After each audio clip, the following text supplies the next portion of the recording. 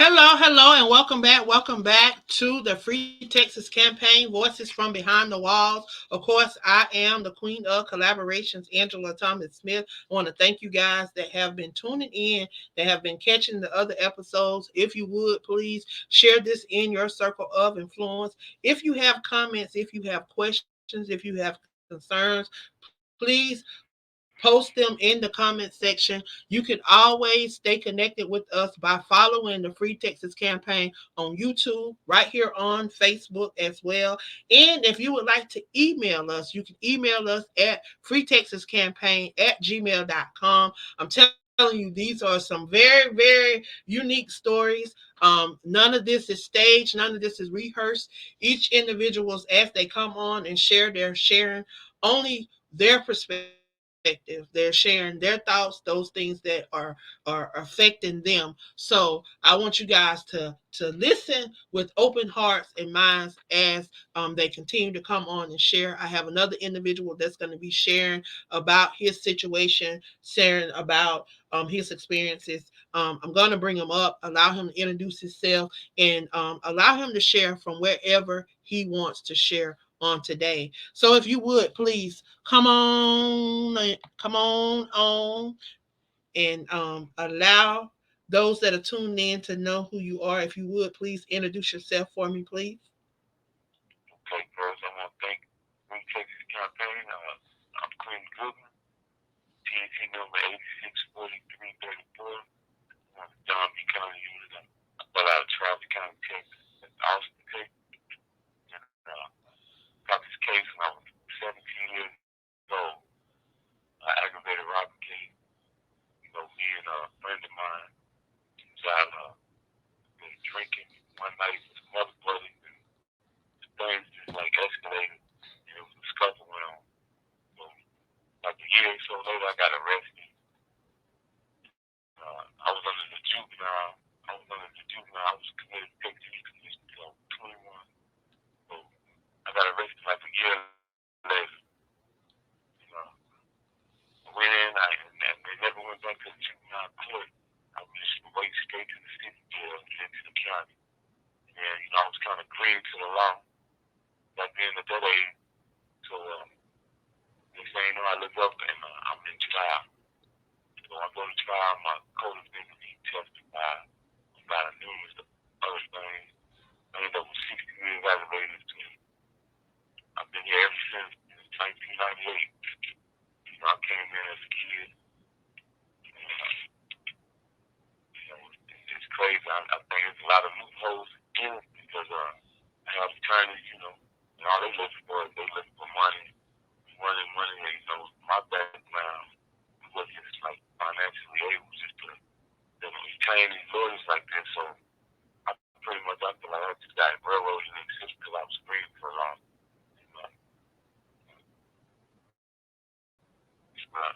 I was a kid, and going on 26 years, I'm just trying to get a second chance. So anybody out there just hearing what's going on, it's crazy. But I think this campaign that they got going on is a good look for us because we have a lot of people fighting for us. So, I hear you say that there could have been some things that was done different with your case. Um, and these are some of the things that I've been hearing just from interviewing individuals from TDCJ. And a lot of the concern lies with the judicial system, the lawyers, the prosecutors, the district attorney, and the judges that allow this. I'm seeing where there's a lot of rubber stamping. There's a lot of falsifying of evidence, and there's a lot of them just going by he say, she say, and there's right. no evidence to back up the he say, she say. I'm in school right now, and every paper that we write, we can voice an opinion, but with that opinion, we got to have facts that will stand, make that opinion stand. And I don't see how these people can convict people off of people's testimonies, people's lies, people making up stuff, and then you have the district attorneys and the prosecutors going along and helping with that. I've heard instance where these people in the courtroom have laughed at the defendants about their sentencing, and not only that, about what they was trying to sentence. I just did an interview with a guy. They offering this man a a life. Uh, they taking the death penalty off the table, but you offering him life without parole and stuff like that. It just makes no sense, and y'all think it's funny. It's not funny that you're changing these people's lives, and then lives on the outside are being affected by the lives you're changing with these people that you're incarcerating. I want you to share um, what this journey has been like for you, because you say you were 17 when this happened. I know this could not have been easy in no aspects at all, and you had to grow up. So if you want to share a little bit about that and what this experience has been like for you, you're more than welcome to share. And I think you were saying something. I apologize. Well, when I first got it, when I first pulled up, I'm on a zombie county. It's one of the worst prisons in the system. I was scared. I've never been to prison. That was my first time going to the real jail. I was in running with the juvenile, as a kid. But I came down, I was like, man, I had to grow up. My mother was right there with me a lot. My father came one time. It was crazy. I came down, and I had to, adjust to this environment. Which I'm in, you got a lot of peer pressure, and gangs trying to get you to go this way. You got two people trying to get you to stay on the straight and narrow. So I listen to a lot of the old heads, and they're like, hey, you got an education? I'm like, well, no. They're like, well, they got these programs, you get your GED, to stay focused on like this, you got time to do. So it was easy to get caught up in the mix, and yet it's real violent. The system was real violent up there. And, people want to test you, they want to test your manhood, and see where you at if you're going down. But, stay focused. I had some ups and downs. I stayed, I had to fight. I stayed, behind the wall and, getting custody levels. Then my mother came to visit me one time. She's like, hey, man, I ain't close my baby no 1.5 years. I was on close custody. So I looked at this woman through the glass. She's like, mama ain't always going to be around. So I looked and I went like a year and a half without getting in trouble. So when I came back, mother came back. I was contacted. It was different for me. So I think he's using that to stay out of the way. 26 years, going 26 years. And I'm like, man, the journey been crazy. It's easy to get close, to get lost. I see a lot of people come in and get lost because there's no rehabilitation. You know what I'm saying? No more. It used to be, hey, rehabilitation. Right now, pretty much backed up all the time. You got a lot of the kids come in, and all they know is they stuck on the rap music and just trying to stay with the style what's going on now. So it's been a long journey. Like, and I sit back and think back as I got older. I'm 44 years old, and I got older. I'm sitting in trial, and they used another whole case that I was never charged with. That's what they were talking about, because I had no character. They used my codefendant's character against me. I'm like, wow, I was never charged with none of this. So they tell me, Steve, well, he did this, he did this. So once I got convicted, I come down here, and the news, the victim in the other case, he come talk to my mother. He's like, man, you have nothing to do with that. He said, I identified this one guy, and he said, who had I known he was going to try to testify on his behalf. So we got that paperwork. It was a struggle. You went and talked to the PLO, you got that paperwork. So the state, the system, they went with the coach and still they say the man could have been impeached. Up to the police wasn't like, this is the guy this happened to. You know what I'm saying? So I fought for like 2 years on level stuff. And they went with another update. So I looked up, they shot it down. So the lawyer I had, he was representing me pro bono. He said, any other state, this case would have been overturned. He said, but Texas did not like to admit they wrong. He said, any other state, you would have been free. He said, just on this, the sentence would have been reversed. So I'm looking like, man, this costs money. Uh, it's crazy, but it's been a long, long time. Just blessed to still have my family. If that being the case, and still have my family behind me. A lot of people out here, system design is separation. You know what I'm saying? To break down the truck. Because you're so far away from home. I mean, you never tell what's actually really going on inside of you. You know what I'm saying? So it's been a long, long journey going on. Someone was telling me about this program. Thought I going, I'm like, wow, this works out of the need. We got here, everybody listening to it, and you can feel our situation. So it's just been crazy. Long ride. Well, it's time for the state of Texas to be accountable for a lot of the things that they have done, and they have done this to their own people.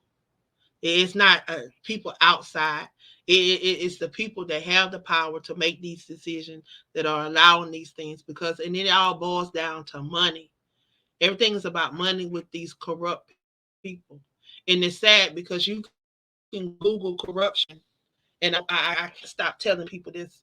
You Google corruption and it pops up GOP app and it talks about the corruption that your app your A is Albert for what is it Abbott for your governor, and then you got the two P's is Patrick and Paxton, and it's sad. I just did an article about them. The parole board is a joke, and there's so much that need to be overhauled. That's why I am calling for every last one of these people that I have shared their story.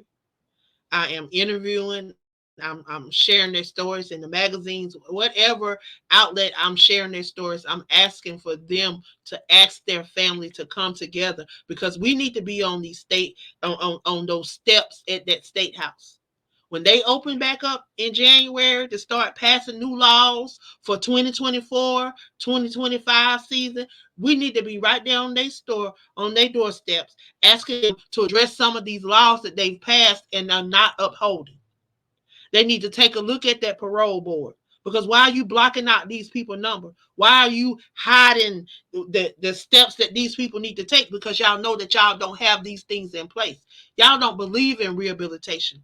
And it's been said over and over. So if you don't believe in rehabilitation, then it's going to forever be the same. So that needs to be reformed. And they need to bring in, I keep saying they need to bring in an outside eye, an outside ear. They need to bring in the Department of Justice to go through and sweep through Texas, starting with the governor, and go down to the least of them and expose all of this corruption because there's going to be a lot exposed, and that's what they don't want because they know that they have been hiding and covering up stuff for decades. And you talk about 3 to 4 decades is what they have been doing because you look at the pattern of the number of years that these people have, and I can just go by the list that I have right here. I got about 45 people on my list that I've been talking to, and every last one of them, every single last one of them, just about have served over 20 years. There's a few I can count on one hand probably how many have done 10 to 13. It's just about 5 of them out of 45. But the rest of these people, they've done 20 plus years. You're talking about 20 and 30 years off of lies and falsified documents. And it's just covering up after cover up after cover up. Like these people need to be held accountable. A lot of this work. Like I looked at my time sheet. I got 26 years flat. All together, my time, work time, good time, I got over 50, like 53 years confined. But I don't get no time credit for none of that. So I look like, wow, if they give me all this time, I've been working, the little programs I've been in, I have over like almost 54 years complete time, or 51 years complete time, total time. But we don't get none of that. I'm like, wow, I'm like, man, it's crazy. So what's the purpose of it? Y'all do all that work. Y'all do everything that these people ask y'all to do to rehabilitate yourself. to give yourself a second chance because they don't believe in that. But what I have noticed and what have been the consensus across this platform that if you are a hair raiser, if you constantly get wrote up, you constantly getting these different cases, then you be one of the first ones that they parole. But why they do that? They know why they do that. They do that because they know you coming back. They let them out because they know they coming back, and they make more money when you come back and when you keep one of them beds filled. So if you got an opportunity, if they feel like you gonna get out there and you are changed and you gonna make a difference and you gonna be productive in society, man, they don't want to let you out. They don't want to let you out until they feel like. See, these people move by emotions. They not being moved by the law and upholding the law. These people are moved by money and emotions. That's what they're moved by. Because it's what they feel like. What they feel is you listen to them talk in these speeches. You listen to them give these little why they do this and why they do that. But see, these representatives, they they they they need to be aware because we're not backing down. And if I'm telling you, if I can get me a team of people that will not back down, I'm telling you, every opportunity I get, I'm coming to Texas. I'm gonna be on those steps. I'm gonna they gonna get tired of hearing Angela Thomas Smith. They gonna get tired of the Free Texas campaign. But until they begin to make change, until we begin to see change, you're gonna have to get tired of us because I'm not gonna stop until I see change. Not stopping until I see change. And if that means these elected officials, some of these people need to get out of office and new people need to get in office, then I'll be pushing for new people to get in office. Whatever it takes, I'm willing to do. Because enough is enough. And a lot of people in Texas, I'm not even from Texas, but it's a lot of people in Texas that need to be standing up and need to be allowing their voices to be heard. If you have someone that is incarcerated, you need to be on the front line. You need to be holding a sign. You need to be writing your representative. You need to be lobbying at the state house because that's your loved one. It's like how they okay, you 17, 18, you go they can lock you up. But right now I've been going. They say they changed everything. You can't buy cigarettes till you 21. You can't do alcohol till you 21. You can't do a lot of things. But at 17 years old, they consider you still as a minor. But they're gonna put you in an adult jail or 18. You can go to jail. But if you ain't 21, you can't get I think I don't know how they do it. Driving. Well, you Everything's can't backwards. you can't buy now. They taking it up. It used to you can be 18 about cigarettes. Now they taking it up to 21. You got to be 21 about alcohol. You got to be 21, and that's the consensus around a lot of things because they say you still can't conceptualize, you still can't understand, you still can't comprehend until you start to reach your 20s. And they say 21, 22, and really they say 25 is the age where your frontal lobe has developed into a mature state. They say still your frontal lobe is still not as mature as it to conceptualize and to rationalize and to understand. And that's how a lot of these states were able to back up some of these juvenile cases and to that time that they was giving these juveniles. They was giving these juveniles ridiculous time, and I know New York was one of the states that were able to back it up. We had a guy on the show about I want to say about 4 or 5 months ago. He just fresh out the prison and said that because of the law, I think they either passed it last year or they passed it at the beginning of the year. I don't remember when it was passed, but whenever it was passed, he was able to get 45 of his years back to them people. So he was able to come home I was there. immediately. I was there in the state. They're like, well, this guy can get probation. He ain't never had a felony in the state of Texas or a misdemeanor in an adult. So I'm there in the vicinity, and they're like, well, we're looking for 10 to 45 years. I'm sitting there with my mother over here inside, and they come back and they say, well, we the jury, we find the vindicated. So they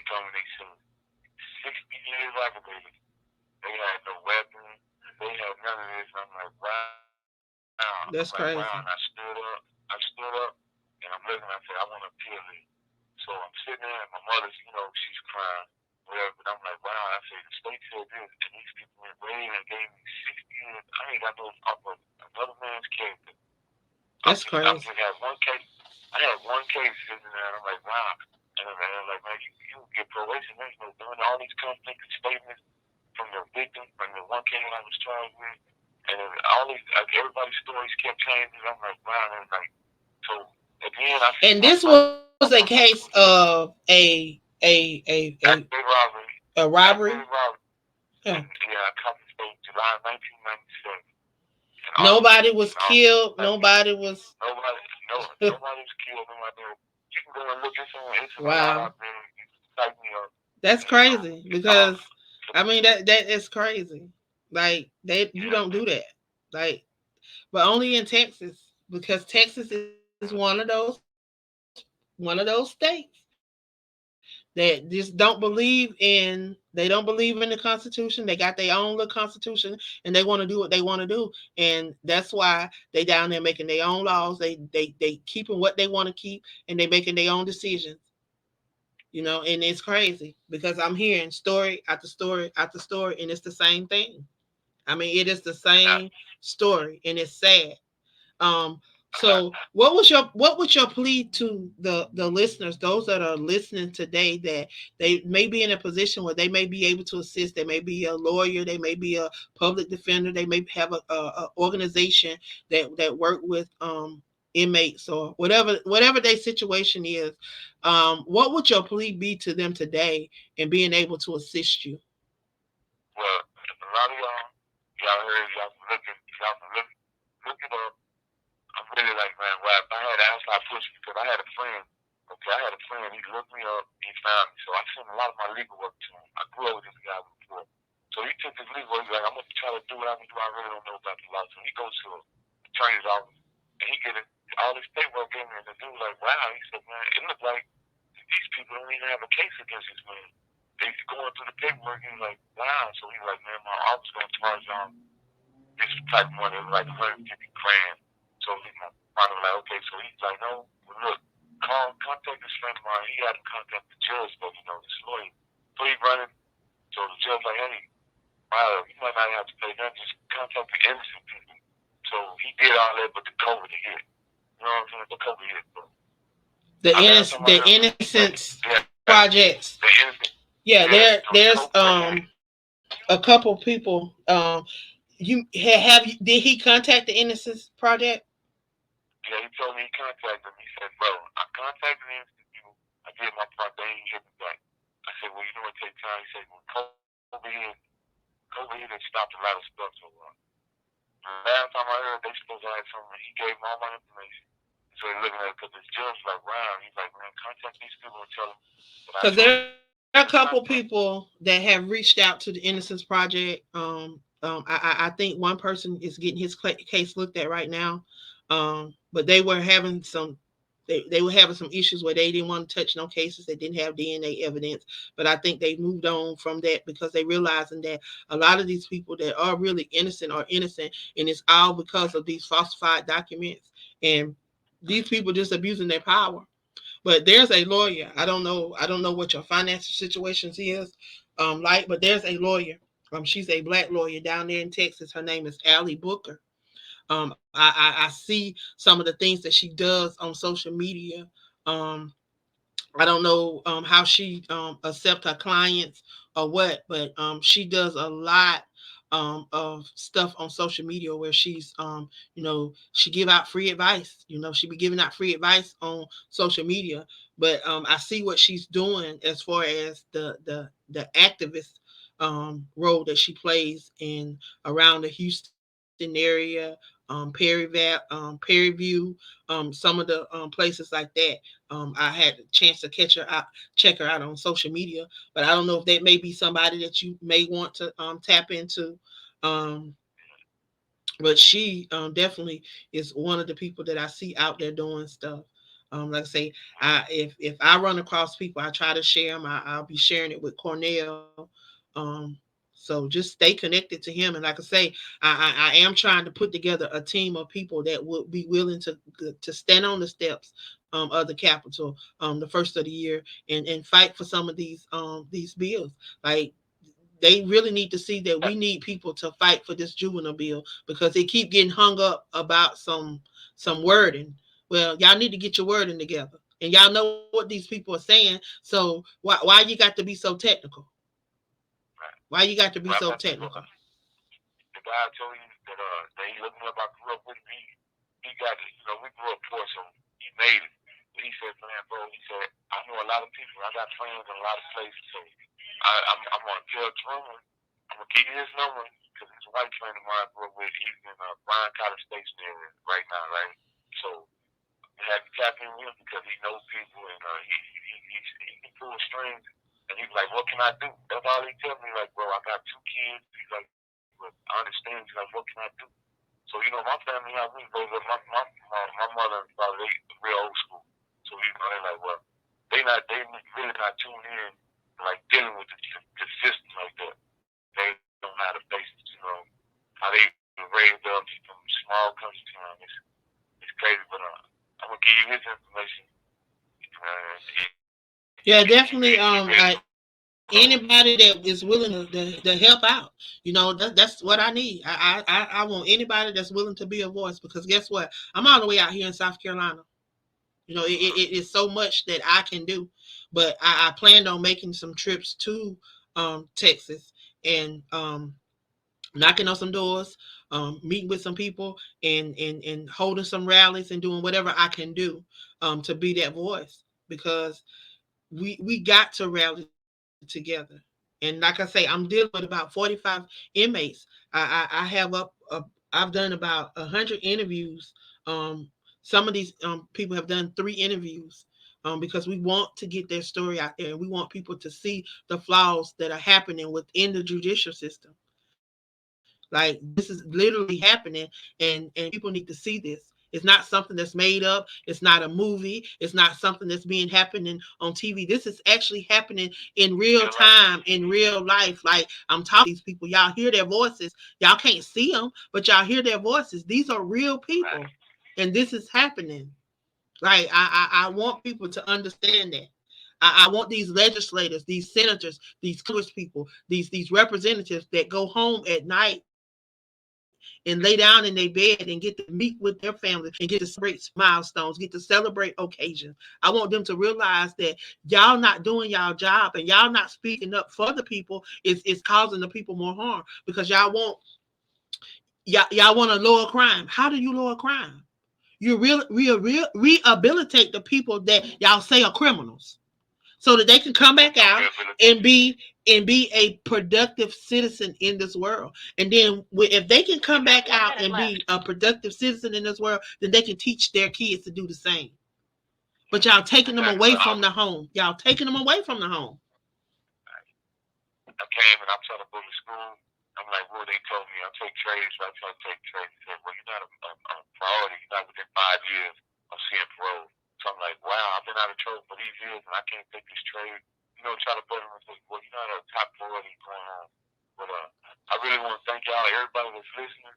If you want to comment or like Miss Anderson still tapping, I'm on Don B. County. You have my name, TDC number.